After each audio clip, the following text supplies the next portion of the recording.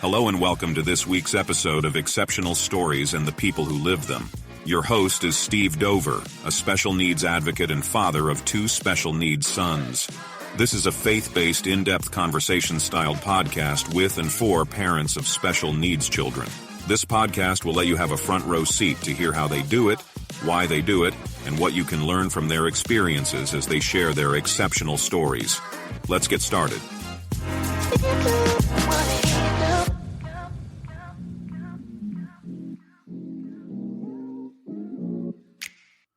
Thank you for choosing to listen to this week's episode of Exceptional Stories and the People Who Live Them.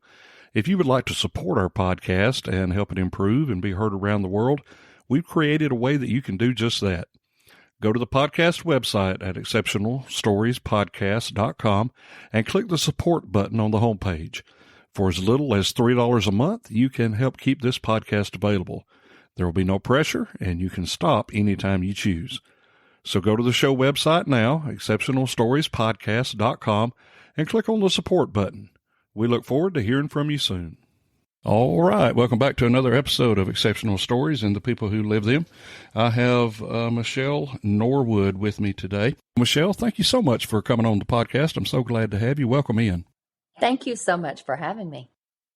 Tell me about Hunter. What is going on with that young man? He's, I think you told me he's 22 years old, and he was born with Down syndrome. So take us through those first few weeks and months and years. Okay, so Hunter is actually our third child, and he was born with Down syndrome. He was born just 14 months after our second child, Victoria, was born, and she was diagnosed with a heart defect when she was 24 hours old. And when she was 6 days old, we lost her. And of course, that was a very devastating time for our family, and it forever changed us. But 14 months later, Hunter was born. And even when he was born and we learned that he had Down syndrome, one of the things that the doctors told us pretty soon after his birth was that he too had a heart defect. And of course, that was super scary. So when he was just a few days old, we had to take him back to the same hospital, go up the same elevator, and see the same doctor that our baby Tori had seen just a little over a year earlier. Thankfully, the doctor looked at Hunter and he examined his heart, and he said, "His heart's perfect. Take this boy home and enjoy him." And that's exactly what we've done for the last 22 years. He has been such a light and such an awesome human being. He is a mess for sure. Tell me what you, I want to unpack this just a little bit. You and your husband had just gone through a traumatic time with the death of your daughter at 6 days, I believe. Is that right? That's correct. 6 days, yeah. And so you've got that going on. Then you find out you're pregnant again. No indication that there's anything wrong until after birth. Is that correct? That's correct. There were no indications of Down syndrome at all, and we learned that when he was born. What was going through that mother's heart and mother's mind at that time? Well, as a mom, as a parent, we would lay down our life for a child, and it was so scary because, I just wanted to see Hunter thrive, and I wanted to see him enjoy everything that life had to offer. And Right. it was a very scary time because, doctors, books, people were not telling us the things that Hunter might accomplish in life. They were just trying to prepare us for the things that he probably would not accomplish, or the things that it would take him a long time to succeed at. And so it was very overwhelming. And I truly, truly did think that God was mad at me. I could not think of what I might have done to make him so mad that he would take one child. And then, from that perspective, the first day that Hunter was born, just to take not his life, but what he could accomplish in life from him. And it truly was super overwhelming. But I looked at Hunter and And where a lot of people who saw a diagnosis, saw limitations, I looked at him and I just saw possibilities. And it didn't take me Yeah. long to realize that God wasn't mad at me. He actually was giving myself, my husband, our family a double portion with Hunter. And I truly believe that to this day. What have been some of the accomplishments and some of the good times that you've had with Hunter? He looks like he's always into something, and I know he's a techie, so he's got the latest gadgets and and all that. So what's life like with Hunter? Life is a full-on adventure. Anywhere we go, it's like we're taking Elvis with us. People want to stop us and talk to him, and they recognize him just from all the different things that he's done and he's been a part of. Early on, when he was about 12 years old, I wrote a song called Hunter Song, a parent's anthem, and we were able to record that at Cook Sound Studio. And so that was probably one of the first things that we did for advocacy for Hunter on a larger scale. And he loved being a part of that music video, which that can be found even on YouTube. He was so little in that thing, but life is always an adventure. And of course, Hunter has an older sister, Hope. She's 3 years older than him. And then he has a younger brother, Brody, who is now 17. And so life is very exciting. We never sit around twiddling our thumbs. That's for sure. How, You've got he has a sibling older than he is and one that is younger than he is. How have they figured into the mix? How has the family dynamic worked with that? Well, he kind of rules the roost. No, really? I know. I'm shocked. His sister, Hope, she lives, she's married and lives in Tuscaloosa now. But now, if it ever came down to him having to choose between him or her, her or myself, I hope it never comes down to that, because, oh my goodness, those two adore each other. And he's impacted her life in such a wonderful way. She ended up getting her master's at Auburn in adult ed. And so now she's working with Easter seals, and she too is trying to make an impact on the world where she sees there's a need. And then Brody, he's 17. And, when Hunter was in school, he said one day, "Mom, you never have to worry about Hunter being bullied. First of all, everybody likes him. But second of all, he wouldn't have just me on his side. He would have every guy in my grade, because we all look at him like a brother." Yeah. Well, that's got to do a mama's heart good. It absolutely does. It does. Yeah.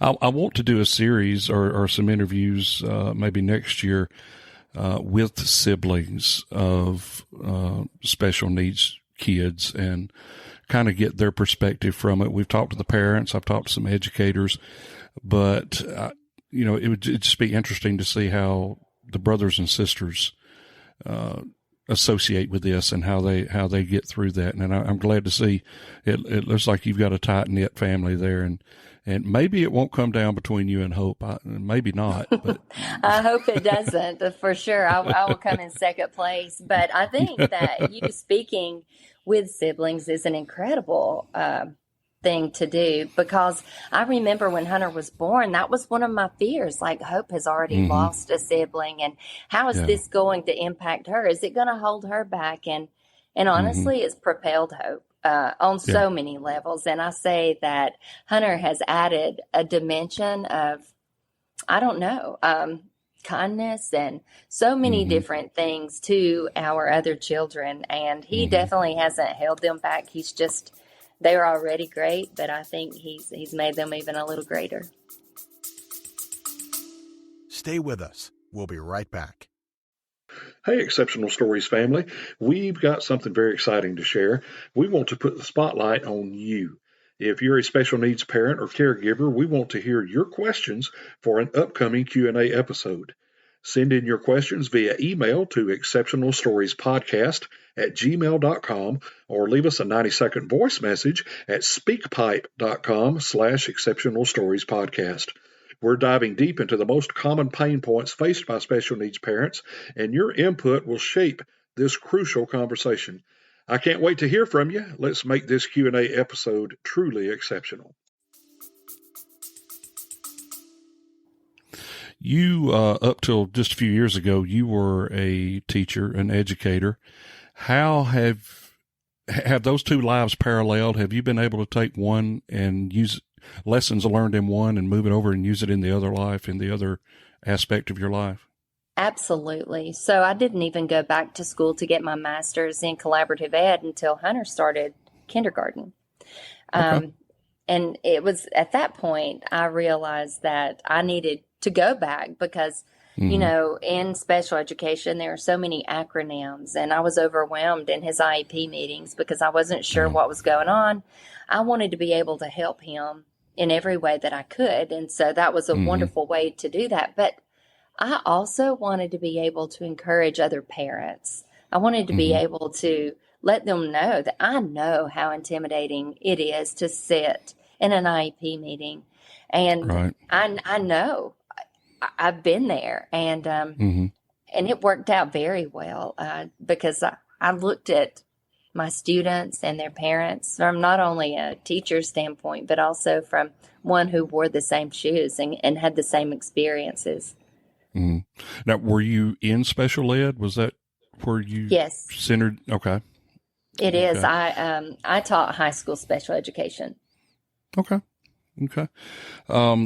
How did the education system that you had access to, how did it accommodate your son, and how was he able understand? He graduated. He graduated high school. He did. But walk us through those high school years and those experiences and learning what does work and what doesn't work. And, with every child, I think it is different, but Hunter hated school for so many years. And then once he got into high school and he was able to swap classes, which, I pushed for a lot of inclusion, but then as it turned out, that wasn't really what Hunter wanted. Hunter wanted to go with his peers from the resource room, but they swapped classes from one special education teacher to another, and that empowered him so much. And he had a lot of independence, and he grew a lot. And he told them, like, look, I'm going to college someday. He was adamant. He was going to college someday. Yeah. Well, that's good. What has been the most fulfilling thing so far in your life as Hunter's mom? What's been fulfilling for you? I think being able to sit back and see him accomplish things that so many thought he wouldn't accomplish. And it's not that he has some kind of superpower. It's that every single person is born with a purpose. And to look back and see him overcome so many odds. And as we had mentioned, he's a tech guy, and he knows things about Apple products that I could probably study for a year and wouldn't know. He just has this gift. And when we go into the Apple store, they're excited to see him because he knows as much as they do. And, it's to sit back and watch him learn and have so much knowledge that I didn't teach him, his dad didn't teach him. That's incredible. And he's also a big weather guy too. So he studies the weather all the time. And that has led him to be very familiar with geography, which again is not a gift he got from his mother because I get turned around easy. But he is, he just has so many gifts, and it has been wonderful to sit back and watch him do that. And I remember the day he learned to walk and the day he said mama. And our other kids, we knew that would happen. With Hunter, we wasn't sure. So every milestone that Hunter has done from birth up till this very point, we don't just say good job, like we throw a party. What are some of the things?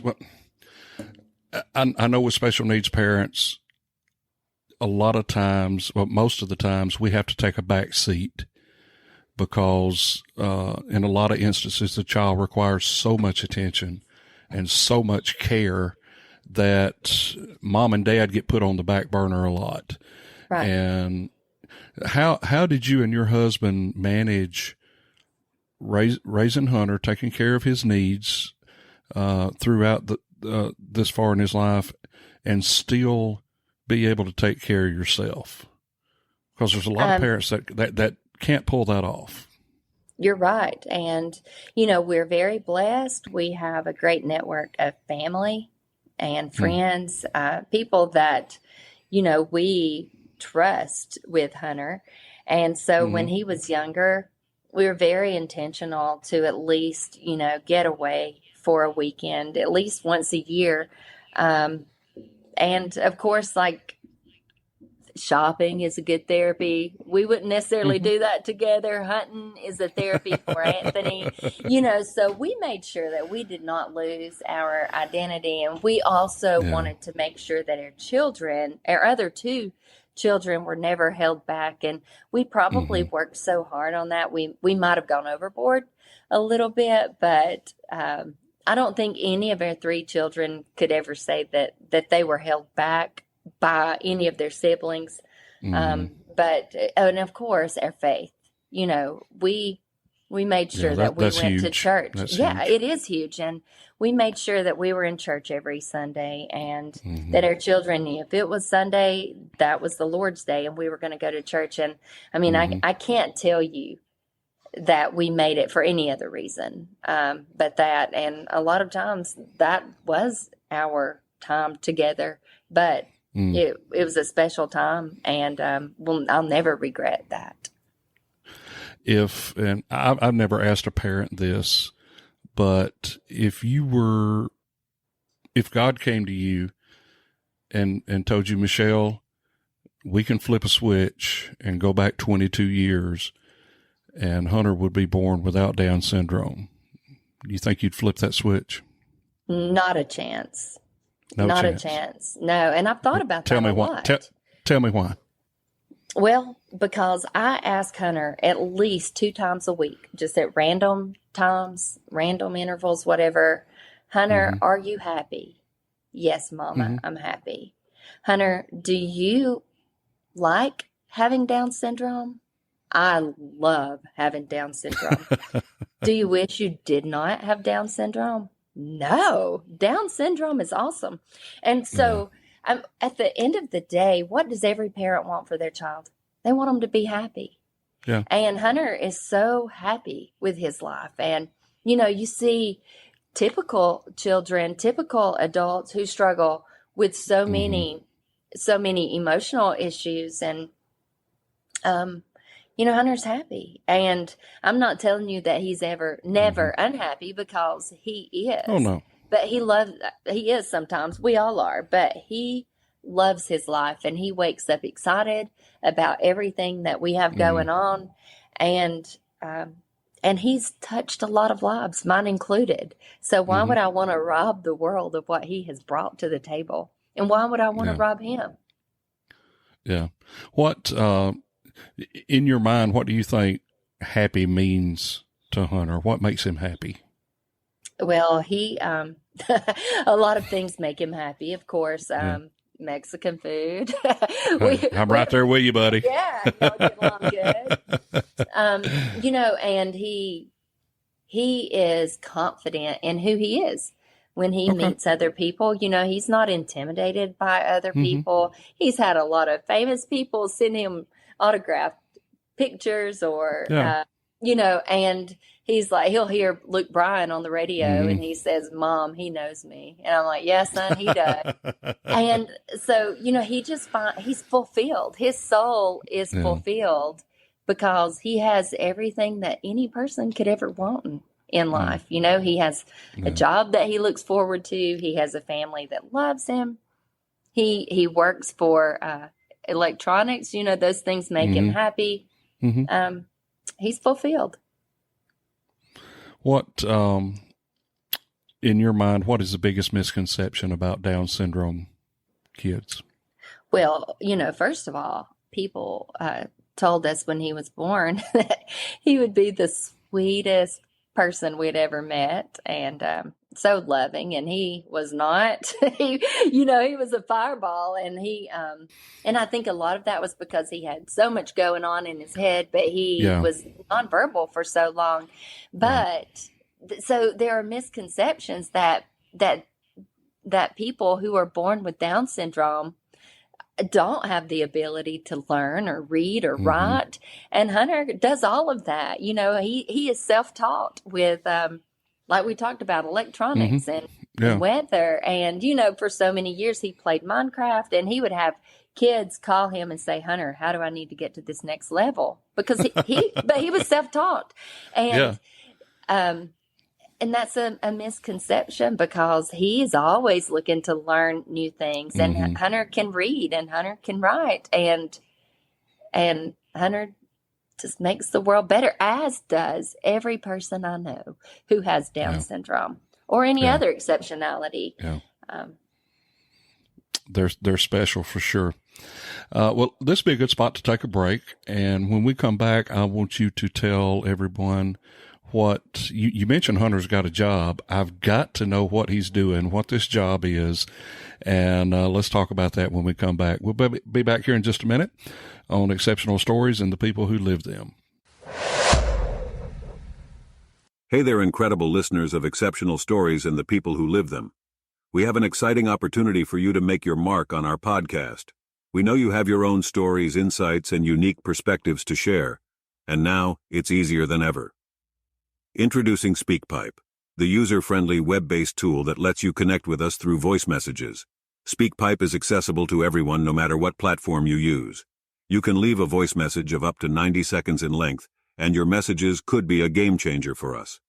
Share your thoughts, feedback, personal stories, and ideas for future episodes by visiting www.speakpipe.com/Exceptional Stories Podcast. Or you can find the link in the show notes. Your voice matters, and we look forward to hearing from you soon. Welcome back to this week's episode of Exceptional Stories and the People Who Live Them. My special guest today is Michelle Norwood, and we have been talking about her son Hunter. He's 22 years old, was born with Down syndrome, and is a bright, shining light, as you have heard. If you're just now joining us, you need to go back and listen to the first half and hear some of his story. But you mentioned earlier that Hunter has a job. And I want you to tell the folks what that job is and how it came about. Okay. Well, Hunter is the CEO, which means he's the completely extraordinary officer of his own business. I love it. A little something extra ice cream. Okay. And so it is a mobile ice cream truck. And we started this ice cream business 5 years ago. While I was still teaching special education, my own students had worked in the school snack store, and I saw those students grow, not just with employment skills and financial literacy skills, but I saw them grow socially, and they were seen by their peers, they were known by their peers, and it was a wonderful setup. And Hunter was younger at the time when we started doing that, but I started trying to take that particular concept with something that we could do for Hunter as he got older. And so when he was about 15 years old, I started being awakened night after night after night, always at 2 a.m. And without a doubt, I know that it was God who was waking me up, but he was giving me ideas to start an ice cream truck. I had never seen one. Here I grew up in Crossville, now live in Geraldine. There were no ice cream routes that ran through either of those towns. But I just knew that that was something that Hunter would be able to do. And so in the beginning, I thought we would start this ice cream truck. I would continue teaching. And during the summer months, he and I would run an ice cream route. But as it turned out, we never ran a route. We first started setting up at festivals because I did not want to keep this wonderful opportunity to ourselves. And so we invited about a dozen of Hunter's friends to train as ice cream experts, and then they worked alongside Hunter. The ice cream business has grown and grown. And 2 years ago, I left the classroom, and I say I moved my classroom to an ice cream truck. So now Hunter and I work together every day. We take that ice cream truck so many places, and it has been an incredible experience, an incredible opportunity for our entire family. What, when you are training and mentoring these, as you call them, ice cream experts, that's what they are.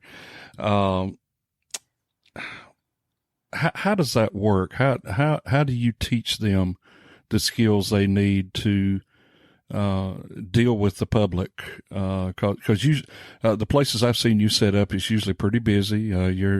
You've got some connections with some Southeastern Conference schools, so you go to Alabama and Auburn and all these schools and set up, and it's usually a busy, hectic time. How do you train these kids or mentor these kids to be able to work in that environment? Are they used to it already, or is that something they have to adapt to?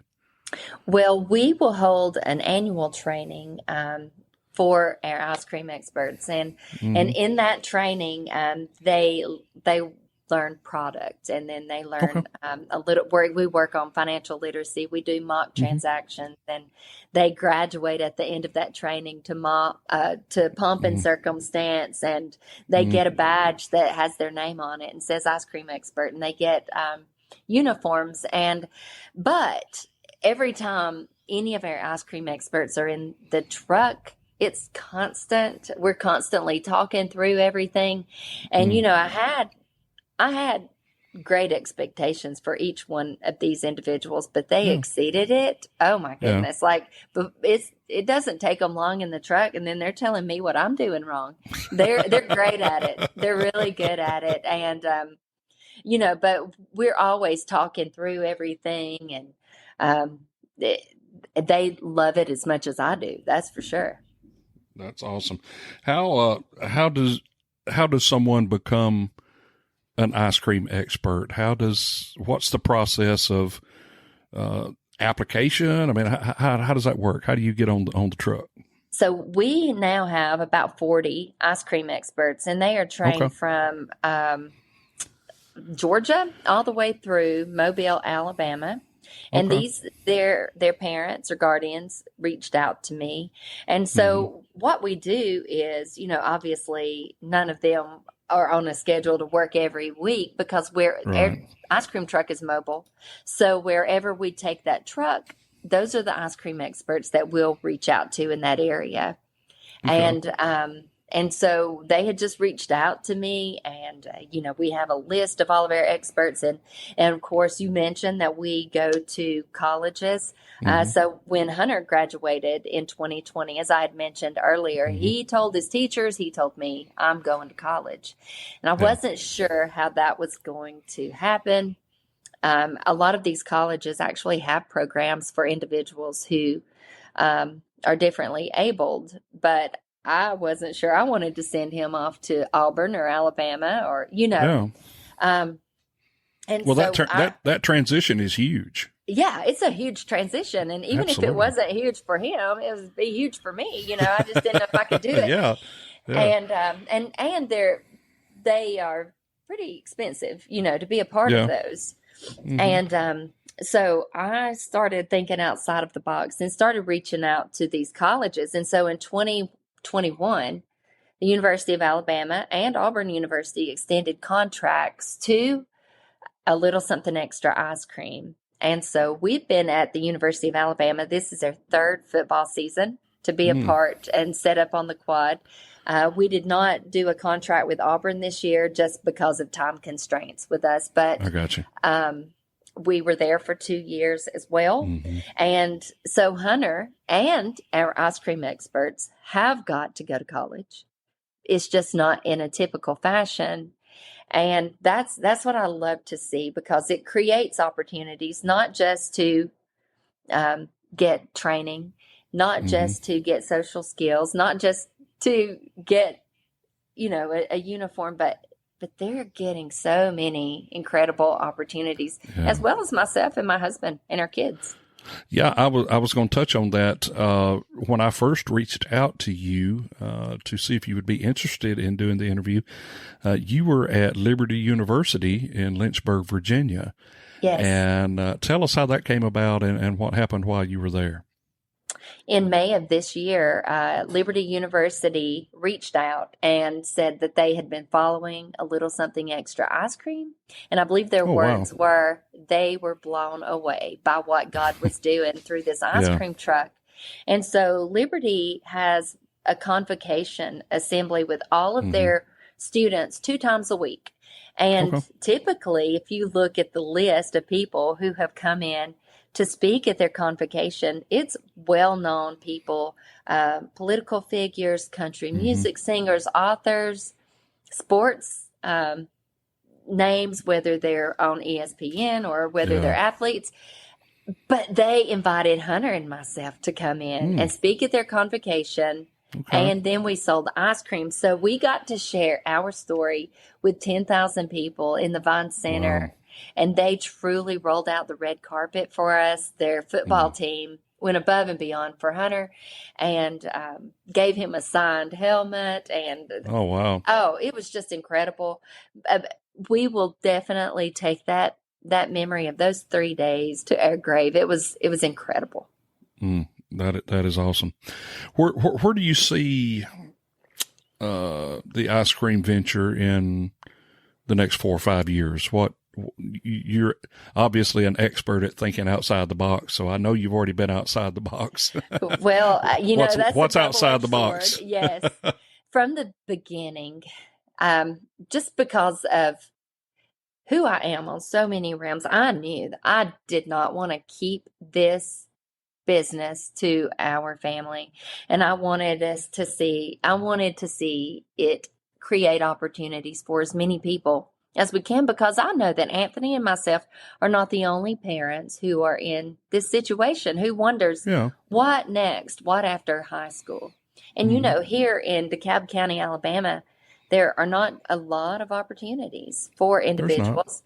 And I knew that Hunter had so much to offer the world, and I wanted to find that. So I don't want to keep that to just our family. And so doors have already opened. Last year, we were able to do a license agreement with ARC of DeKalb County, and they now have a little something extra ice cream truck where they utilize that for community-based employment for the people they serve. And we just signed another license agreement with a family who will launch in the beginning of 2024, and they're going to have a little something extra ice cream truck to serve Madison County. Wow. And we're speaking to a family in Tennessee now. We've had families reach out to us from probably all the way to Washington State, a variety of different states. And so what I would like to see is every year us add at least one truck to create more opportunities. And I hope that before long, you see a little something extra ice cream trucks everywhere you go. I would be perfectly fine with that. What message or advice do you have for other parents of children with special needs who may be considering getting outside that box and getting into uncharted waters and the scary part of it? Well, let me tell you, if God puts something on your heart, you listen. And I have probably never worked harder in my life, but they say if you're doing something you love, it never feels like work. And that is the truth. Right. We love this so much. And so I just want to encourage parents. It's not a dead end road. There are so many opportunities, and there are memories to be made. And each one of our children can be productive citizens and give back to the world. Every single year, our ice cream experts, we collect tips all year long. Last year, we gave almost $3,000 to buy Bibles to send overseas to help families who were on hard times within the special needs community. Our ice cream experts give back. And, don't listen to those voices from the world that say that your child is limited to a point where they can't contribute, because every single individual can. one of the things that stood out, I interviewed another special education professional not too long ago, and one of the things that stood out that she said when I asked her about the biggest misconception about these exceptional kids, she said to me, the biggest misconception is they can't learn. Yes. Every one of them has something to offer. I don't care what their diagnosis is. I don't care what their prognosis is. Every one of them has something to share. And usually it starts with the family. The family recognizes it before anybody else does. Mm-hmm. The doctors are afraid to give you pie in the sky hopes and stuff because Sure. of liability and all of that. And I understand that. Mm-hmm. I don't hold that against them, but they are not the morale builders that family and faith family and all of that can be. So, I'm huge on networks. I am huge on networks. Me because too. Our family has been there, without them, and we've been there with them, and we had much rather go through it with them. Oh, 100%. And, I've been blessed with great friends my entire life, but some of our very best friends came to us mm-hmm. through this journey of Down syndrome. And incredible people, incredible kids. And like I said earlier, we wouldn't change a thing. Life is good. Yeah. It would take some getting used to if things were quote unquote normal, because that's not the life that we've lived. Right. And we don't know if we would enjoy it or not. So let's just stay where we're at. That's it. 100%. Let's just keep doing what we're doing. I say, as far as I'm concerned, normal is only a setting on my washing machine.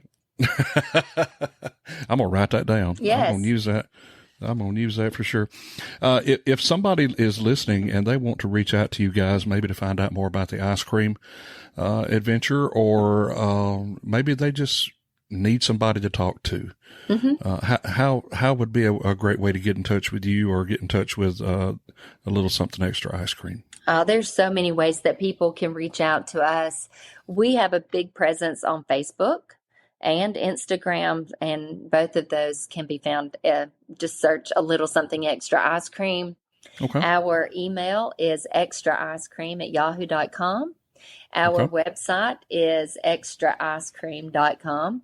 And then they can reach out to me personally. My cell number mm-hmm. is 256-601-7125. And they can call me. If I don't answer, they can leave a voicemail or they can send a text. But I would love to help in any way, to answer questions. Mm-hmm. And of course, we're always looking for more opportunities for our ice cream truck. So if someone is listening, it is an incredible way to boost morale for businesses. A lot of churches bring us in, and, I'm so happy that on both sides of the truck, it says, "Oh, taste and see that the Lord is good." And that is what I want people to see, that the Lord is mm-hmm. good. And I never want anybody to feel sorry for me for being Hunter's mm-hmm. mama. I actually feel like they should probably be envious. Yeah, I agree with that 100%. Well, it has been good to have you on today, and I'm so glad we were able to connect, and look forward to sharing more with you in the future. But if you're listening and you want to reach out and you want to find out more about this incredible story or the ice cream truck, you can do that through the links, and I'm going to post them at the bottom on the show notes. So, Michelle, thank you so much for being here today. It was good to see you, and I look forward to talking to you again soon. Thank you so much. We appreciate you.